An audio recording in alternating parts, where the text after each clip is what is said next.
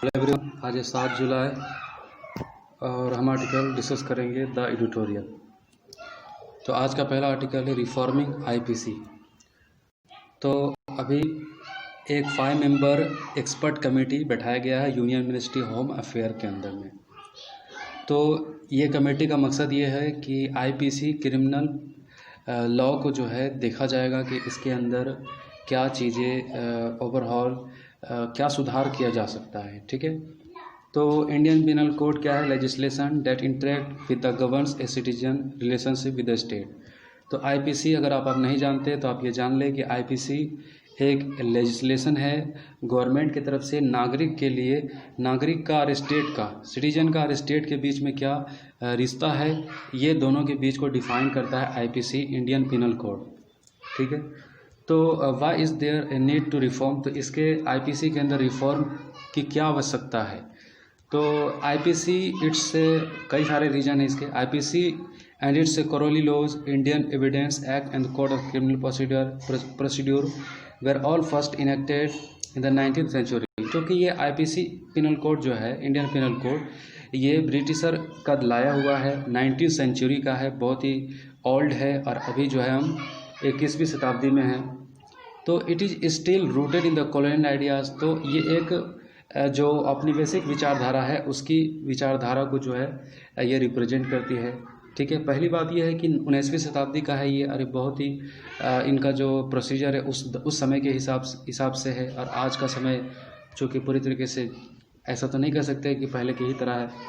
और दूसरा ये है कि ये एक औपनिवेशिक विचारधारा के आइडियोलॉजी वाले लोगों ने ये चीज़ को क्रिएट किया था। और तीसरी बात यह है कि इनमें जो है कई सारे जो है जुडिकल प्रोनाउंसमेंट किया गया है, उच्चारण, मतलब उसके बारे में कुछ विशेषताएं, कुछ एक्सप्लेन, कुछ डिफाइन किया गया है सुप्रीम कोर्ट के द्वारा आईपीसी के बारे में। तीसरी चौथी बात यह है, तो ये जो जुडिशियल मतलब ये करना पड़ रहा है जो सुप्रीम कोर्ट को और हाई कोर्ट को जो है इसके बारे में कुछ डिफ़ाइन करना पड़ रहा है। तो बेहतर है कि सरकार ही इसके बारे में ये डिफ़ाइन करे और अच्छे तरीके से जो है इसके अंदर जो कुछ भी आज के हिसाब से जो चीज़ें सेटअप होता है, जो चीज़ें रेलेवेंट है उसको रहने देनी चाहिए, और जो चीज़ें इसके अंदर सही नहीं है उसको निकाल देनी चाहिए। चौथी बात यह है कि law do not reflect the aspiration of a constitution that give primacy to liberty and equality. और दूसरी चौथी बात यह है कि जो हमारा जो संविधान है, जो फंडामेंटल राइट है, जो लिबर्टी है, जो इक्वलिटी है, इसके भावनाओं को आईपीसी जो है ठेस पहुंचाता है। ठीक है, कई सारे मामलों में ये ठेस पहुंचाता है। पांचवी बात यह है कि too many laws protect and promote a patriarchal attitude within the constitutional framework that promises equality. तो कुछ लॉ ऐसे है प्रमोट करता है, इसे कॉन्स्टिट्यूशनल फ्रेमवर्क के खिलाफ है, इक्वालिटी के खिलाफ है, और पैट्रियार्कल एटीट्यूड को जो है रिप्रेजेंट करता है। ठीक है, जैसे कि सेडिशन की बात है, जैसे कि 126 सेडिशन लगा दिया जाता है, देशद्रोह का मतलब जो है ये सेडिशन 4 लगाया जाता है, 126। ठीक है, आईपीसी 126। तो कई सारे जो हमारे उस दौर के जो लीडर हुआ करते हैं, जैसे लोकमान्य तिलक और बड़े बड़े लीडर जो उस दौर में हुआ करते थे, तो उन लोगों के जो फ्रीडम फाइटर हमारे जो थे उस दौर में, जो अंग्रेज़ों के खिलाफ जो आवाज़ उठाते थे, जो स्वतंत्रता सेनानी, जो देश की आज़ादी के लिए लोगों को मोटिवेट करते और जो है ब्रिटिशर के गलत फैसलों के खिलाफ जो है अडिग करके खड़े हो जाते थे, तो उनके खिलाफ जो है सेडिशन का चार्ज लगा दिया जाता था। और आज भी ये सेडिशन का चार्ज जो है कई सारे लोगों पर लगाया जाता है, जो कि सरकार जो है, जो पहले colonial ruler British government use करती थी, और आज हमारी सरकार भी जो है कई मायने में कई लोगों के लिए यूज किया है। जैसे कि कन्हैया कुमार के लिए भी यूज किया गया था, और जर्नलिस्ट के लिए भी यूज किया गया था, और कुछ लोगों के लिए, और भी बहुत सारे लोगों के लिए आईपीसी जो है यूज किया गया है। तो ये देशद्रोह का आरोप लगाकर जो है इसमें जो है लोगों को जो आवाज़ को दबाने की कोशिश की जाती है। तो ये भी एक बहुत बड़ा कंसर्न है। तो where the lie the challenges? तो चैलेंजेस क्या है? पहली बात यह है कि dealing with the issue of safety. तो इसके चैलेंजेस क्या, मतलब चेंजेज अगर होगी तो किस तरह का चेंज होगी? तो सवाल ये है कि अगर लॉ को बिल्कुल अगर थोड़ा इजी कर दिया जाए तो ये सेफ्टी का इशू आ जाता है।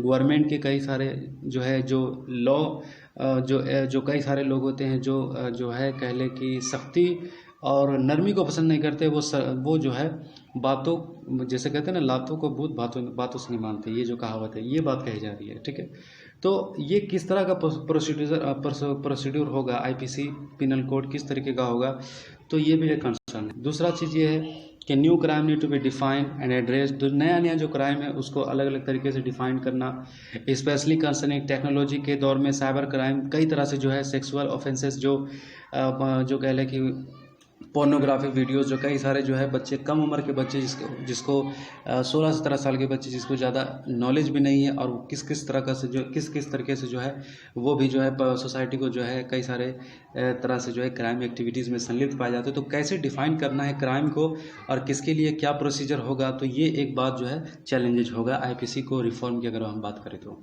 तीसरी बात यह है कि risk of excessive policing over criminalization should be taken care of. और जो क्रिमिनलाइजेशन है मतलब जो है कह लें कि एक्सपेंसिव पॉलिसी, इसको जो है इस रिस्क को कम करना है। Which other areas need to be addressed. तो और भी कई सारे एरियाज है जहाँ पर आईपीसी को लेकर कंसर्न है। तो a renewal debate on the death penalty should continue both within and outside judicial circuits. देखिए, डेथ पेनल्टी, मृत्यु दंड को लेकर एक बहस बहुत पहले से चली आ रही है कि मृत्यु दंड को हटा देनी चाहिए। एक ग्रुप का कहना है, कुछ लोग का कहना है कि मृत्यु दंड को कंटिन्यू रखना चाहिए, और सबके अपने अपने आर्ग्यूमेंट है। ठीक है, इसके अपने आर्ग्यूमेंट से जिसको हम अभी यहाँ पर डिटेल्स में नहीं जाएंगे, बस इतना जान लें कि ये एक डिबेट का इशू है लोगों के बीच में कि अभी रहना चाहिए या नहीं रहना चाहिए। और ये जो इसको रहने देने, जो इसको हटाने की बात करते हैं वो ये हवाला देते हैं कि कई सारे देशों ने जो है मृत्यु दंड को एबॉलिश कर दिया है, तो हमें भी एबॉलिश कर देनी चाहिए। लेकिन इसके आर्गूमेंट्स कई सारे लोग देते हैं कि हमारी सोसाइटी उस तरह की नहीं है। अगर मृत्युदंड को एबॉलिश कर दिया गया तो कई बार होता है कि लोग भी कुछ लोगों के खिलाफ जो है सड़कों पर आ जाते हैं कि इनको मृत्युदंड देना चाहिए। तो फिर सरकार किस तरीके से उनके खिलाफ एक्शन लेगी, जुडिशरी किस तरीके से काम करेगी। तो मृत्युदंड के बारे में दोनों तरफ से जो है कई सारे जो है आर्गूमेंट है, ये बात है जिसको हम कभी अगर विस्तार से टॉपिक आ गया तो हम डिस्कस कर लेंगे। और दूसरी बात यह है कि legislative approach rather than leaving to the discretion of the judiciary, ये दूसरी बात है। तीसरी बात, with respect to procedural aspect of criminal law there is a need to harmonise to statute book with our ruling. तो देखना होगा हमारी सोसाइटी, हमारे कॉन्स्टिट्यूशन और हमारे लोग और हमारे फंडामेंटल राइट, ये सब को लेकर कह लें हार्मोनियल जो है कह लें कि ये चीज़ जो है एक इन्वायरमेंट जो है बना करके आईपीसी को सेफ्टी, जो चीज़ें हम जो इनपुट करेंगे या फिर जो निकालेंगे उसको दिमाग में रखेंगे। तो ये था आर्टिकल, ठीक है। और दूसरा आर्टिकल हमारा है airborne transmission mains GS paper 3 technology से आर्टिकल को रिलेट कर सकते हैं। तो ये आर्टिकल में बताया जा रहा है कि साइंटिस्ट फ्रॉम 32 कंट्रीज़, 32 कंट्री के वैज्ञानिकों ने कोविड-19 के बारे में ये रिसर्च किया है कि ये कोविड-19 जो है एयरबोर्न यानी कि हवा के जरिए भी ट्रांसमिट कर सकता है। किसी व्यक्ति को हवा के जरिए भी जो है एक व्यक्ति से दूसरे व्यक्ति में ट्रांसफ़र हो सकता है। तो देखिए, अगर ये रिसर्च अगर सही है कि हवा के जरिए भी कोविड-19 एक व्यक्ति से दूसरे व्यक्ति में ट्रांसमिट होता है, अभी हमारे पास जो नॉलेज है पीपल टू पीपल कॉन्टेक्ट से जो है ट्रांसमिट होता है, लेकिन यहाँ जो 32 कंट्री के साइंटिस्टों का ये दावा है, ये क्लेम है कि ना कोविड-19 हवा के जरिए जो भी है एक दूसरे के साथ जो है ट्रांसमिट कर सकता है। तो फिर एक बात पूरी दुनिया के लिए बहुत दुखदायक होगा कि जब ये बीमारी हवा के जरिए भी अगर मान लीजिए फैल रही है और जो है केसेस बढ़ रहे हैं, तो फिर लॉकडाउन का फिर क्या फ़ायदा, क्योंकि हवा पर तो आप लॉकडाउन नहीं लगा सकते। हवा एक ऐसा है कि जो है एब्रोड कितना भी कुछ कर ले, ये कुछ इसके लिए कोई कुछ नहीं कर सकते। तो ये एक कंसर्न है हवा को लेकर कि हवा के ट्रांसमिशन से जो है अगर इन्फेक्शन हो रही है, पॉजिटिव केसेस बढ़ रही है, तो फिर लॉकडाउन का फिर क्या मतलब रह गया। ये भी एक बहुत बड़ा कंसर्न है, इसको और डिटेल्स में जा करके देखना चाहिए। So they have demanded the world health organisation to revise the recommendation of the कोविड-19। तो WHO को रिकमेंडेशन दिया जा रहा है कि उसको रिवाइज करना चाहिए। जो कोविड-19 को लेकर अभी जो नॉलेज है, जो कुछ जानकारियां हैं, क्या ये भी सच है, क्या इसको लेकर अपने प्रोसेस में, अपने पॉलिसीज में चेंज लाने की ज़रूरत है। ठीक है, तो ये बात की जा रही है। वेयर डज WHO तो डिफ़र क्या है, मतलब अभी जो रिसर्च है 32 देशों के वैज्ञानिकों का और WHO का जो अभी नॉलेज जो जिसके हिसाब से वो काम कर रही है। तो देखिए, अकॉर्डिंग टू WHO कोविड-19 virus is primary transmitted between people through respiratory droplet in contact route. तो क्या कहा गया कि एक सांस के जरिए जो है किसी व्यक्ति में कोविड-19 जा सकता है, और दूसरा पीपल टू पीपल कॉन्टैक्ट किसी भी तरीके से हुआ तो फिर ये वायरस जा सकता है, लेकिन यहाँ हवा के जरिए भी ट्रांसमिट हो सकती है, ये बात की जा रही है। दूसरी बात है scientist suggest aerosol transmission too can happen, तो ये साइंटिस्ट द्वारा कहा जा रहा है। WHO व्यू पॉइंट क्या है, ड्रॉपलेट कंटेनिंग द वायरस, जो ड्रॉपलेट होता है जो छींक हुआ या फिर जो भी खांसी है, इसमें जो है ड्रॉपलेट के अंदर जो वायरस होता है, प्रोड्यूस ड्यूरिंग स्पीच, बोलने के दौरान, कफिंग के दौरान, स्नीचिंग के दौरान, ठीक है, 5 से 10 माइक्रोन डायमीटर का होता है ये। Ground due to gravity after travelling less than 1 metre, और ग्रेविटी के द्वारा जो है जब ट्रांसमिशन होता है तो 1 डायमीटर का ये हो जाता है, 1 मीटर के जरिए कांटेक्ट में जो अगर रहे तो ये चीज़ हो सकता है। 5 से 10 माइक्रोन डायमीटर ये छींट होती है, और ये तकरीबन 1 मीटर के दूरी से जो है ट्रांसमिट हो सकती है। ये WHO का व्यू पॉइंट है। लेकिन साइंटिस्ट का व्यू पॉइंट क्या है, अभी जो नॉलेज है WHO के पास, लेकिन साइंटिस्ट जो अभी 32 कंट्री के वैज्ञानिकों ने जो अभी रिसर्च निकाला है उसमें क्या है, virus can be the present droplet nuclei, तो वायरस जो हवा में प्रेजेंट रह सकता है, ठीक है, 5 माइक्रोन डायमीटर में ट्रैवल कर सकता है, लॉन्गर देन 1 मीटर, 1 मीटर क्या कई हवा के जरिए जो है कई दूर तक जो है ट्रांसमिट कर सकता है, ये बात है। तो when is airborne transmit possible, तो क्या है, द WHO एयरबोर्न ट्रांसमिशन में भी the possible specific circumstances and setting, तो किसी भी वक्त ये से ट्रांसफ़र हो सकता है, किसी भी सिचुएशन में हो सकता है, ये जो अभी रिसर्च हुआ उससे पता चलता है। लेकिन WHO के माध्यम से ये है कि स्पेसिफिक सर्कमस्टेंसेस में ही और सेटिंग में ही जो है ये चीज़ें होगी, लेकिन ये बात दोनों में एक दूसरे में जो है ये बात कंपैरिजन बताया जा रहा है, ठीक है। तो विच एक्स्ट्रा मेजर आर नीडेड, तो अब क्या एक्स्ट्रा मेजर उठाने चाहिए जो अब रिसर्च हालिया जो निकल करके आया है।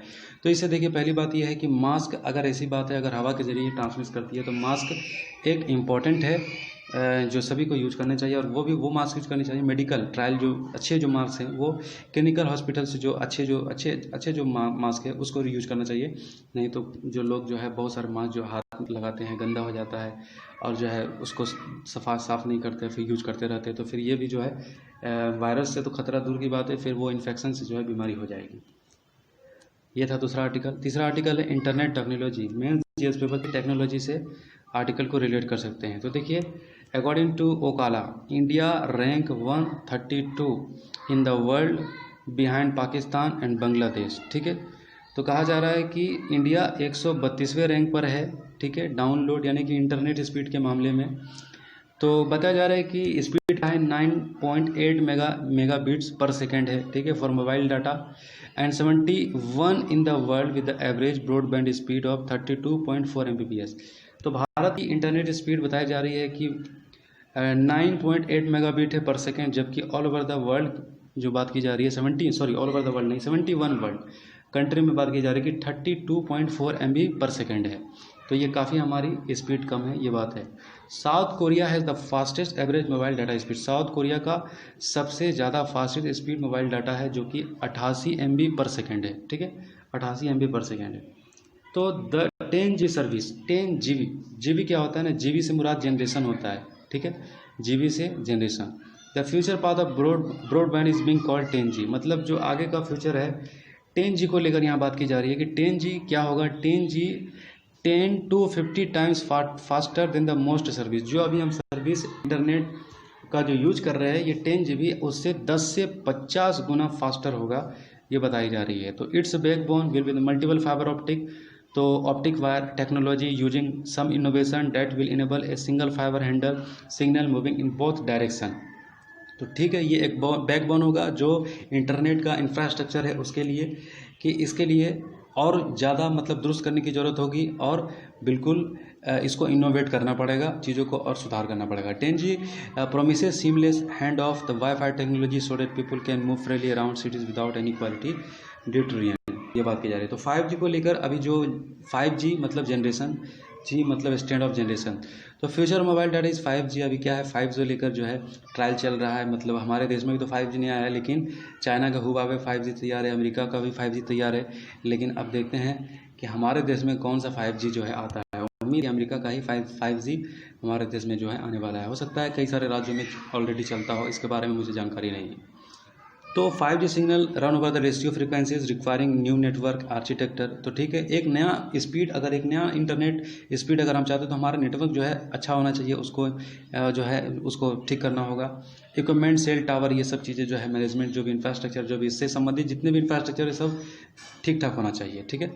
तो operator can choose a law medium और हाई बैंड नेटवर्क, तो ये कहा जा रहा है कि ऑपरेटर भी चूज कर सकता है जिस तरह का मीडियम का उसको स्पीड चाहिए। Corresponding decrease coverage impaired in speed, तो ये ठीक है, बाधाएं चीज़ों को जो है रुकावटें पैदा करती है। Indian telecom operator like to choose to low end network to start with the 3 initial 5G speed are likely to be 20 to 30% in 4G। तो देखिए यहाँ पर बात की जा रही है कि हमारी नेटवर्क को ये चूज करना है कि हमें किस तरह का स्पीड का डाटा चाहिए, किस प्रकार का जो है स्पीड का नेटवर्क चाहिए। 4G से बात की जा रही है कि 20 to 30% जो है बेटर ही जो है होगी, ये बात की जा रही है। लेकिन देखिए ये यहाँ पर बताया जा रहा है कि डिपेंड करता है ऑपरेटर के ऊपर कि वो किस तरह का नेटवर्क डाटा जो है नेटवर्क प्रोवाइड करवाता है अपने कंज्यूमर को, ठीक है। 5G भी बहुत स्पीड है, 10G तो 10 से 50 टाइम्स जो है 4G से बेहतर होगा, 5G भी होगा, लेकिन ये नेटवर्क ऑपरेटर के ऊपर निर्भर करेगा कि वो किस तरह से जो इसको डील करते हैं, ठीक है। तो लो अर्थ ऑर्बिट जो सैटेलाइट होता है, जो beyond broadband and mobile data emerging path is one that usage satellite in low earth orbit. तो ये जो मोबाइल डाटा की जो सर्विस प्राप्त होती है सैटेलाइट के माध्यम से होता है। लो अर्थ ऑर्बिट में जो सैटेलाइट होता है उसी के थ्रू जो है हम इंटरनेट फैसिलिटी को यूज कर पाते हैं। तो लो अर्थ ऑर्बिट, ठीक है, इसको याद कीजिएगा, जो इंटरनेट डाटा हम यूज करते हैं ये लो अर्थ ऑर्बिट में जो सैटेलाइट होती है उसी से जो हम ये इन्हेंस करते हैं, चीज़ें इस्तेमाल करते हैं। Satellite with in orbiting distance lower than 2000 kilometre, तो हमारे पृथ्वी से तकरीबन 2000 किलोमीटर 2000 किलोमीटर ऊंचाई पर जो है LEO है, ठीक है। LEO मतलब ये low earth orbit most man made object in space in LEO। तो जितने भी यहाँ पर जो ऑब्जेक्ट है ये मैन मेड है, ठीक है, इंसानों के द्वारा बनाया गया है। This technology might work with each other, तो एक ये टेक्नोलॉजी जो है काम कर रहा है। The backhaul of 5G network likely to be the broadband network and local 5G network में स्वेप बिटवीन सैटेलाइट और टावर बेस्ड ट्रांसमिशन। तो इसको इन्हेंस किया जा सकता है, ये ऑपरेटर के ऊपर है, ठीक है। तो चैलेंजेस क्या है? चैलेंजेस बहुत सारे चैलेंजेस है। पहली बात यह है कि bottleneck for greater speed in India has been capital cost.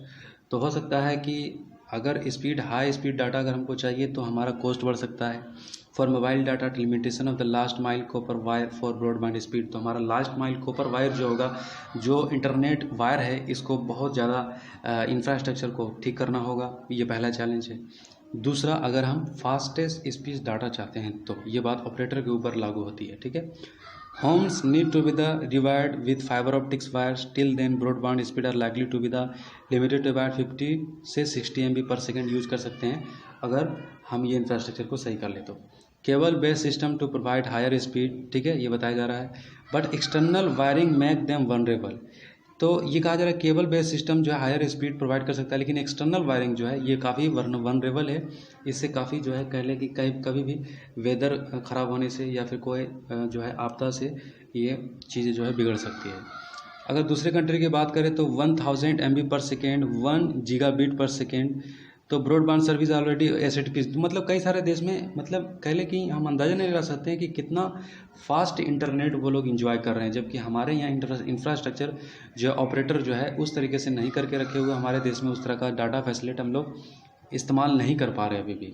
The issue of adjusted gross revenue, ठीक है, ग्रोस रेवेन्यू का भी जो है इशू है due to negatively impact the telecom operator, जो कि अभी हालत बहुत ख़राब है।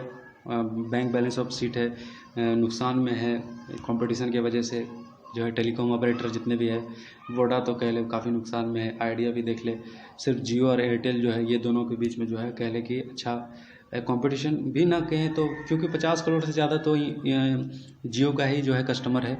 और रहा सवाल इंटरनेट एयरटेल का, तो एयरटेल अभी कुछ टिका हुआ है, लेकिन कहना यह है कि उनका भी जो है घाटे में वो चल रहा है। तो हम आगे उम्मीद कर सकते हैं कि देखिए आगे उम्मीद कर सकते हैं या कह लें कि ये 50-50 चांस है कि हमारा जो है इंटरनेट डाटा स्पीड और ये जो इंफ्रास्ट्रक्चर की जो हम बात कर रहे थे, जो बाकी के जो देश जो इंटरनेट फैसिलिटी जो अच्छे स्पीड वाला जो इस्तेमाल में ला रहे हैं, हम कर पाएंगे या नहीं कर पाएंगे, ये बहुत बड़ा चुनौती है।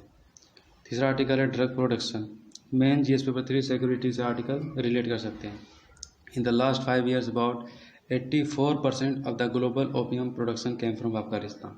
5 साल का ये रिपोर्ट है कि 84% ओपियम की जो खेती है, ठीक है, ओपियम एक नशीली पदार्थ है, इसकी खेती जितने भी abroad all over the world जो जाती है ये अफगानिस्तान से जाती है। तो ये डाटा कहाँ का है? According to the latest world drug report, ठीक है, United Nation office on drug and crime, ये है UNODC, इनके द्वारा ये रिपोर्ट है ये बताया गया कि 4th highest scissor of opium, 4 सबसे ज़्यादा ओपियम का इस्तेमाल या फिर कह लें कि ज़्यादा यहाँ से ट्रैवल करने वाला जो कंट्री है, इंडिया, ईरान, अफ़गानिस्तान, पाकिस्तान है, कि जो ओपियम की खेती यहाँ पर या फिर कह लें यहाँ से जो है चीज़ें एब्रोड चली जा रही है। एक term of heroin seizure 1.3 tons, जैसे कि इसके कई सारे टर्म हैं, जैसे कि हीरोइन की अगर बात करें, हीरोइन 1.3 टन्स, ठीक है। India was 12th position in the world, Bharat जो है इसमें 12वें पायदान पर हीरोइन के मामले में ये जो सप्लाई हो रही है एब्रोड, ये एक नशीली पदार्थ। Again Iran reported the highest seizure heroin, ठीक है। ईरान को लेकर भी ये हाईएस्ट रिपोर्ट किया गया है 25 ton. Turkey, United State, China, Pakistan, Afghanistan, ये सब एक के बाद एक जो है इसके मामले में यहाँ से चीज़ें जो है चल रही है। Heroin is manufactured from the morphine extracted from the seed pod, ठीक है। तो हीरोइन जो है निकाला जाता है सीड पोड से निकाला जाता है। ये क्या है, एक तरह का पॉपी प्लांट है जिससे कि ये हीरोइन को मैन्युफैक्चर किया जाता है। मॉर्फिन इसमें से निकाला जाता है और हीरोइन बनाया जाता है, ठीक है। ओपियम प्रोडक्शन, तो ओपियम प्रोडक्शन देखिए, opium is illegally produce in about 50 countries, तो इसकी पैदावार तकरीबन 50 देशों में होती है। Around 97% of the total global production of opium in past 5 years come from only 3 countries. 97% opium की प्रोडक्शन देख ले कि सिर्फ कह ले कि 3 देशों से आ रही है। अगले 5 साल की रिपोर्ट अगर बताई जा रही है कि ओपियम की 97% ग्लोबल प्रोडक्शन 97% केवल 3 देशों से आ रही है, ठीक है। 3 कंट्रीज़, इसमें अफ़गानिस्तान है और कह ले कि ईरान है और इसमें ईरान है और क्या कह ले ग्वाटेमाला, ये भी एक, यहाँ भी ओपियम बहुत ज़्यादा पैदा होती है। तो about 84 of the total opium was produced in Afghanistan, ठीक है। तो देखिए अकेला 84% ओपियम की खेती तो सिर्फ अफगानिस्तान में होती है, ठीक है। और उनके जो नेबर कंट्री, यूरोप के नेबर कंट्री, वहाँ पर भी होती है, वहाँ सप्लाई होता है। मिडिल ईस्ट में सप्लाई होता है, साउथ एशिया और अफ्रीका में यहाँ से सप्लाई होता है। 84% ओपियम की खेती अफगानिस्तान में होती है, याद रखिएगा। A small percentage also reach North America और ओशियाना रीजन, ठीक है। यहाँ पर भी जो है जाता है, यहाँ पर भी जो है लोग कंज्यूम करते हैं। तो Myanmar and Laos account for 7% से 1% of the global opium production. तो म्यांमार भी जो है इसमें, म्यांमार और लाओस 7% से 1%, ये ग्लोबल 7% यहाँ पैदावार होती है ओपियम की और 1% ग्लोबल है, ठीक है। Supply to east and south east Asia and Oceania, तो ये भी सप्लाई करते हैं, ईस्ट में साउथ ईस्ट एशिया और ओशियाना कंट्री को सप्लाई करती है। तो Mexico account for 6% global opium, तो ये पूरा डाटा है। Colombia, Guatemala amount for less than 1% of global production. और इसी तरीके से जो है कोलंबिया, ग्वाटेमाला, ये 1% ऑफ ग्लोबल प्रोडक्शन है ओपियम की खेती करता है। तो अदर ड्रग्स की बात करें तो the opiates seize in the largest quantity in 2018 continue to be opium 704 ton, followed by heroin 97 ton, morphine 43 ton. तो देखिए यहाँ कहा जा रहा है कि 2018 में एक बहुत बड़ी तादाद में जो है कह ले कि ओपियम 704 टन फॉलोड किया गया, heroin 97 ton, morphine 43 ton. Trafficking in heroin continue to more widespread in geographical term than trafficking in opium और morphine.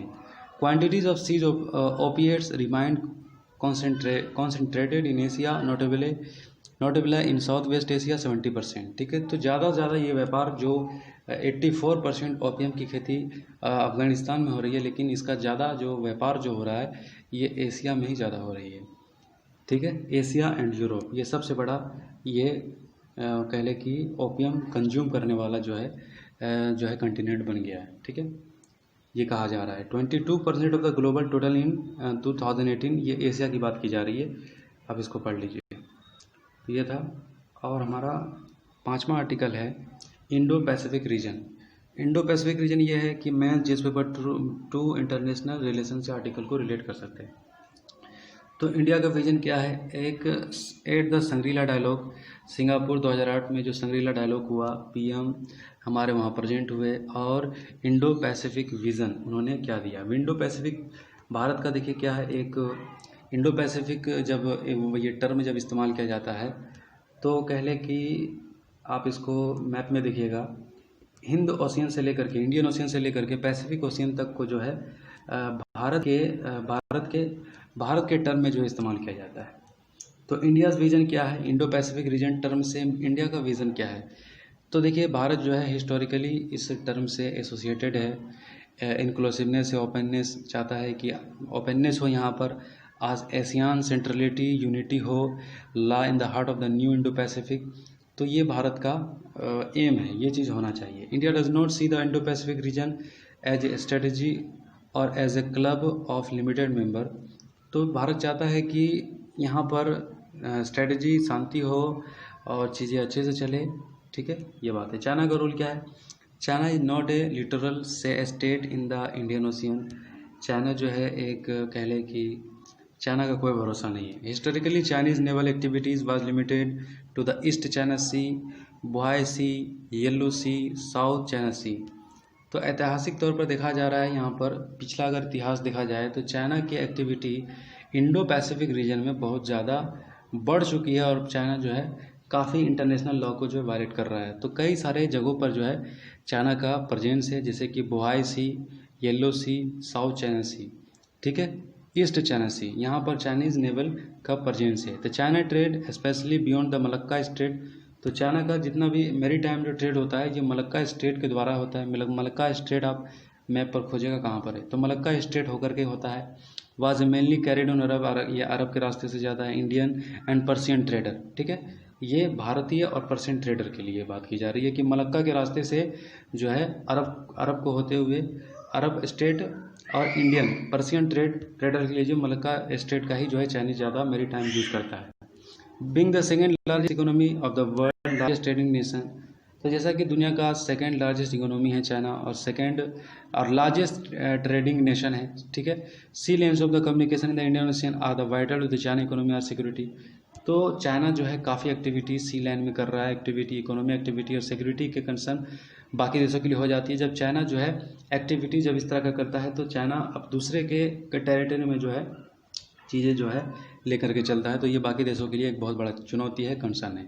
So China should have equal access under the international law to and accordance with the international practice. China apprehensions, तो China की क्या है, US hegemony and India's regional influence in the Indian Ocean posed challenge to the Chinese plan. तो US के भी चाहता है कि उसकी हेजेमनी बने रहे, ठीक है। इसके लिए इंडियन ओशियन में इंडो पैसिफिक टर्म जो है यूएस, हमारे डोनाल्ड ट्रम्प जो है बार बार इसको यूज करते हैं, ठीक है। तो इंडिया तो खुश हो जाता है, लेकिन चाइना जो है अपनी एक्टिविटी लगातार जो उसको जो करना है वो कर ही रहा है। इंडो पैसिफिक रीजन हालांकि ये इंडिया के टर्म में इस्तेमाल की जाती है, लेकिन इसका गलत इस्तेमाल अपने मनमानी तरीके से चाइना ही करता चला आया है।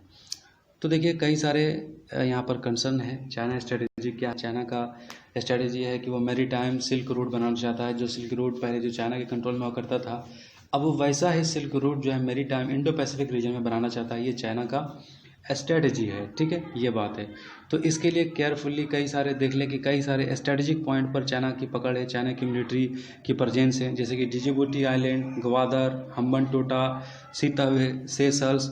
तो यहाँ ये सब जगहों पर जो है चाइना जो है अपनी पकड़ बना करके रखे हुए हैं।